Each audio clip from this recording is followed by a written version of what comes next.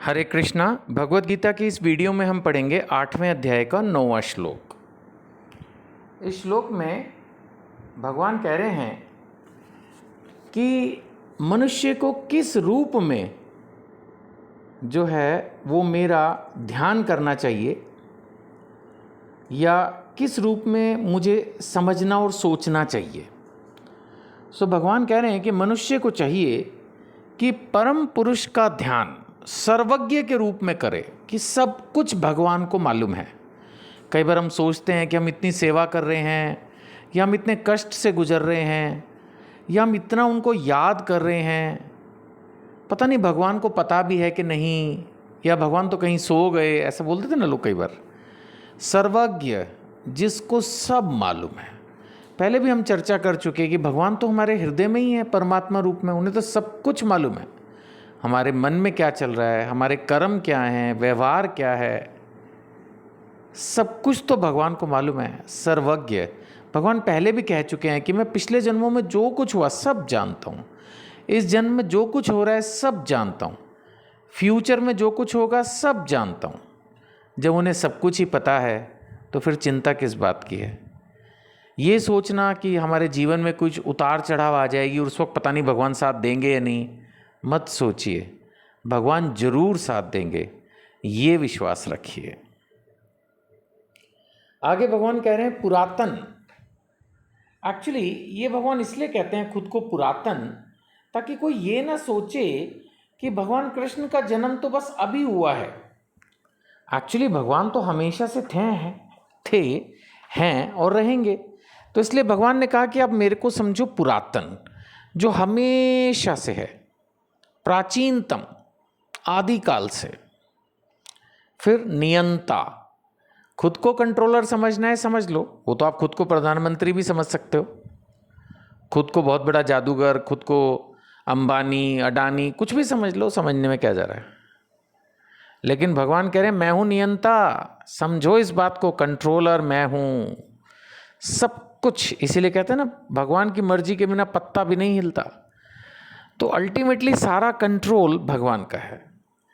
फिर भगवान कह रहे हैं इतना महान होने के बावजूद लघुतम से भी लघुतर, छोटे से भी छोटा मैं हूं। यानी हर चीज का जो एक्सट्रीम पॉइंट है वो भगवान है।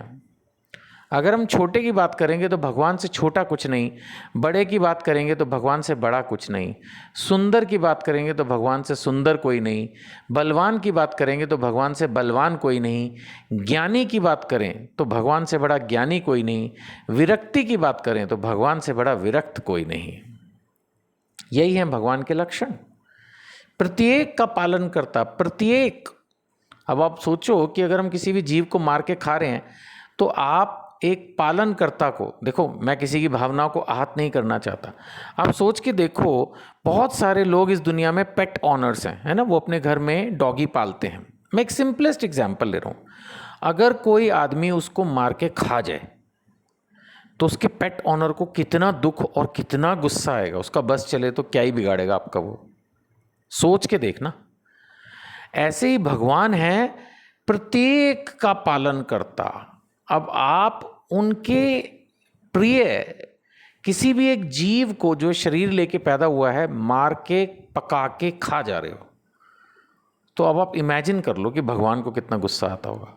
फिर जिस पेट ऑनर के पेट को अगर मान लेते हैं आपने हर्ट किया, हो सकता है उसमें कम ताकत हो, बट भगवान तो परम शक्तिशाली हैं। आप उनके किसी प्रिय जीवात्मा को जब हर्ट करते हो तो भगवान को अगर सजा देने पे उतरे तो कितनी सजा मिलेगी, इसको सोच लेना आप, है ना। या अगर आप नहीं खाते तो जो खाता हो उसको सॉफ्ट लैंग्वेज में समझाने की कोशिश करना कि भाई मत कर ऐसा, बहुत सख्त सजा मिलेगी। फिर भगवान कह रहे हैं समस्त भौतिक बुद्धि से परे। भगवान में भौतिकता कहाँ है? भगवान में तो दिव्यता है, सौम्यता है, सुंदरता है, शीतलता है। भगवान तो एक मधुरतम संगीत हैं, उनमें तो भौतिकता है ही नहीं। फिर भगवान अचिंत्य हैं। मैं प्रयास कर रहा हूँ, अनेक भक्त प्रयास कर रहे हैं, लेकिन भगवान को समझा नहीं जा सकता। अचिंत्य, इनको बिल्कुल समझा नहीं जा सकता है, इनका वर्णन भी ढंग से नहीं किया जा सकता, इनकी पूरी रूप से कल्पना भी नहीं की जा सकती, इमेजिनेशन भी नहीं की जा सकती।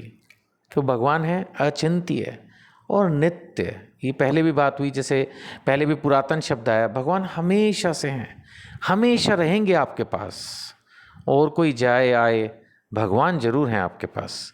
सो नित्य। सो मनुष्य को चाहिए कि परम पुरुष का ध्यान सर्वज्ञ, पुरातन, नियंता, लघुतम से भी लघुतर, प्रत्येक का पालन करता, समस्त बौद्धिक बुद्धि से परे, अचिंत्य और नित्य पुरुष के रूप में करे।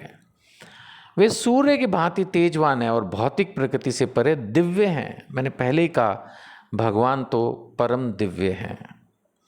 अगले श्लोक में चलेंगे।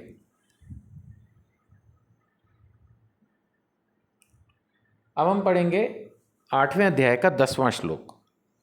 इसमें भगवान कह रहे हैं, फिर वही मृत्यु की बात रिपीट कर रहे हैं। मृत्यु के समय जो व्यक्ति अपने प्राण को भवों के मध्य स्थिर कर लेता है, मतलब फोकस्ड, करीब करीब ये भवों के मध्य वाली बात 6ठे अध्याय में भी आई थी, जब भगवान थोड़ा सा योग अभ्यास के थ्रू अपने आप को मेडिटेट, कंट्रोल करने की बात समझा रहे थे। तो वैसे ही बोल रहे हैं कि जब किसी को शरीर छोड़ने का वक्त आए, सपोज उसको अपनी इंद्रियों पर, अपने दिमाग पर, बुद्धि पर, मन पर कंट्रोल हो, तो किस तरह से उसको शरीर छोड़ना है। सो मृत्यु के समय जो व्यक्ति अपने प्राण को भवों के मध्य स्थिर कर लेता है और योग शक्ति के द्वारा अविचलित मन से पूर्ण भक्ति के साथ परमेश्वर के स्मरण में अपने को लगाता है, वह निश्चित रूप से भगवान को प्राप्त होता है। थोड़ा मुश्किल है, लेकिन मैंने पहले भी चर्चा की कि भगवान अपने भक्तों का हमेशा साथ देते हैं, आप चिंता ही ना करो। ये सबसे बड़ी परीक्षा होती है जीवन की, जब हमें शरीर छोड़ना होता है, और भक्तों के लिए इस परीक्षा में कुछ है ही नहीं। जैसे बहुत इंटेलिजेंट बच्चे होते हैं ना, सारा साल पढ़ते हैं, उनको कोई चिंता नहीं, वो खेलते खाते पेपर देते हैं, फिर भी टॉप क्लास मार्क्स आते हैं। बहुत लोग इस दुनिया में मृत्यु से डरते हैं। एक बार भक्ति में दृढ़ हो जाओगे, कृष्ण को महसूस करने लगोगे, मौत का डर ही हट जाएगा जीवन से, लगे ये तो कुछ है ही नहीं। जब आएगी ये परीक्षा दे के पार निकल जाएंगे, उल्टा अच्छा है, भगवान के धाम पहुंच जाएंगे, इस बुरे जगत से पीछा छूट जाएगा। हरे कृष्णा।